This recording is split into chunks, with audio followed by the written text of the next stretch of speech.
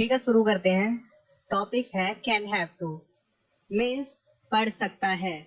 Structure है subject plus can have two plus verb की first form plus object. वाक्य देखते हैं।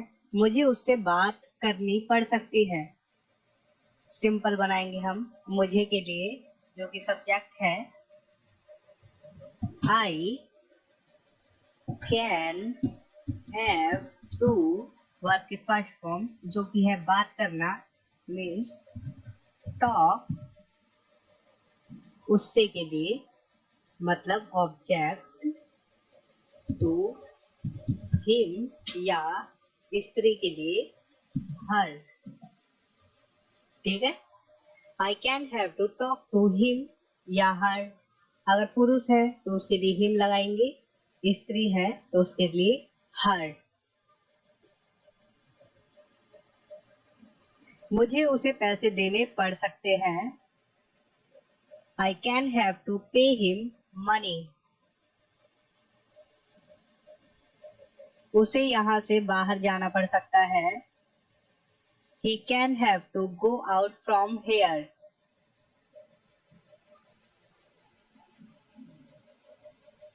उसे नाचना पड़ सकता है। He can have to dance. उन्हें नहाना पड़ सकता है।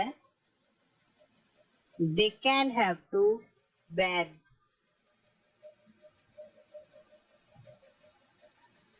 हमें उन्हें बुलाना पड़ सकता है। We can have to call them. ठीक है,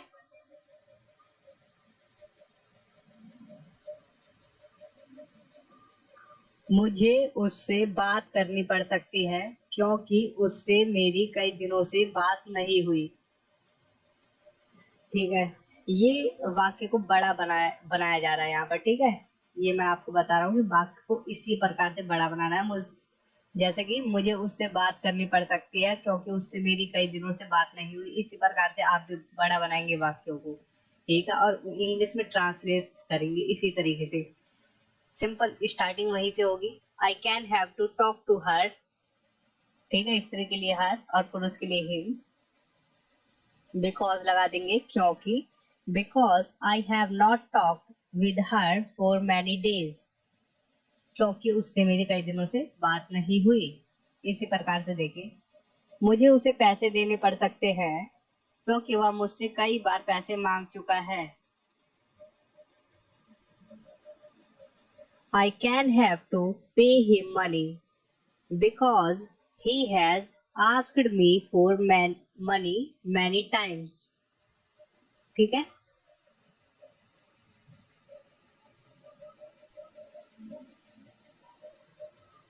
उसे यहाँ से बाहर जाना पड़ सकता है क्योंकि वह काफी देर से हल्ला मचा रहा है।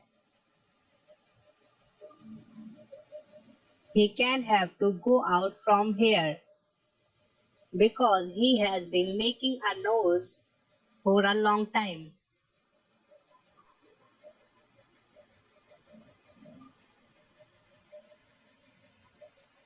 उसे नाचना पड़ सकता है क्योंकि उसे पैसे चाहिए।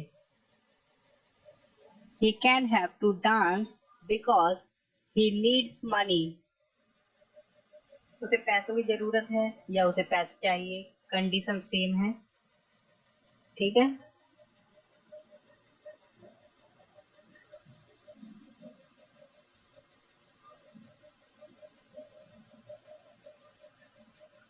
उन्हें नहाना पड़ सकता है क्योंकि वो काफी गंदे लग रहे हैं। They can have to bathe because they are looking very dirty.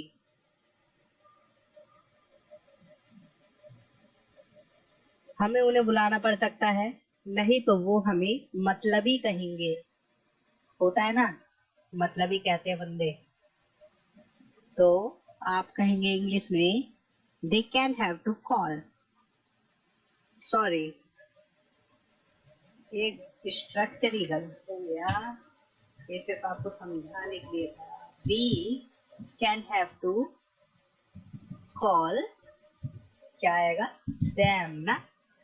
उन्हें, we can have to call them, otherwise they will call us selfish.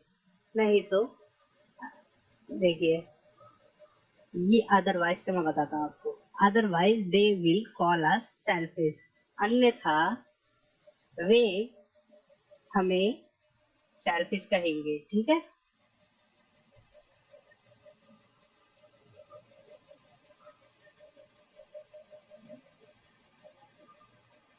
उन्हें इस जगह को खोदना पड़ सकता है अगर वो यहाँ से पानी चाहते हैं।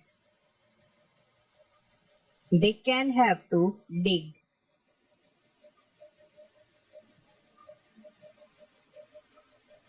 Sorry.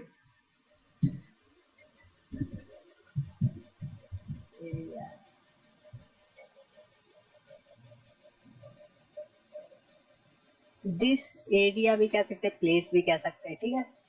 They can have to dig this area if they want to water from here. हमें गांव जाना पड़ सकता है क्योंकि कल पप्पू की शादी है। We can have to go to Blaze because Pappu's wedding is tomorrow.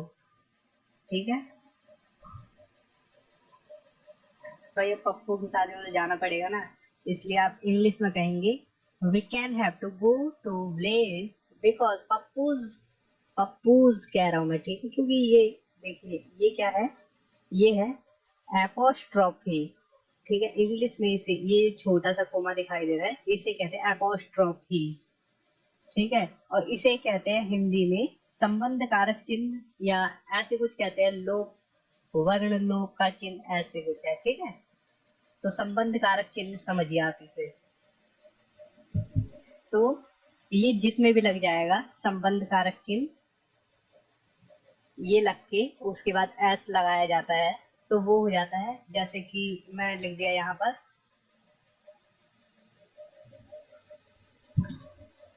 Manoj,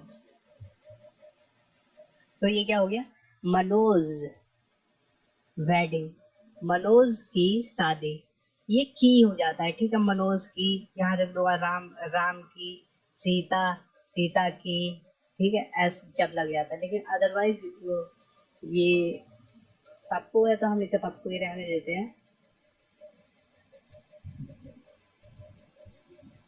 पप्पूज, ठीक है। पप्पूज वेडिंग इज टुमारो।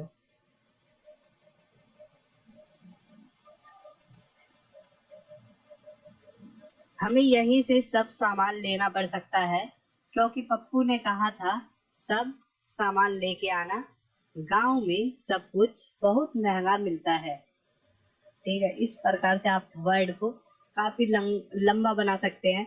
और लेकिन हाँ, मैं आपको एक चीज बताऊंगा, आपको टेंसेस की जानकारी होनी चाहिए तभी आप बना पाएंगे, अदरवाइज कैसे बनाएंगे फिर, है ना। ये तो आप बना लेंगे, हमें यहीं से सब कुछ सामान लेना पड़ सकता है, क्योंकि मैं आपको कैन हैव टू का प्रयोग बता रहा हूँ, तो आप इजिली बना देंगे इसे। कैसे बनाएंगे, इस तरीके से, we can have to purchase everything from here, हमें यहाँ से सब कुछ खरीदना पड़ सकता है या लेना पड़ सकता है ना। इसके बाद ये टेंस का खेल है ये सब, ठीक है। Because Pappu had said to bring all the stuff, क्योंकि पप्पू ने कहा था सब सामान लेके आना। Everything in the village is very expensive, गांव में सब कुछ बहुत महंगा मिलता है।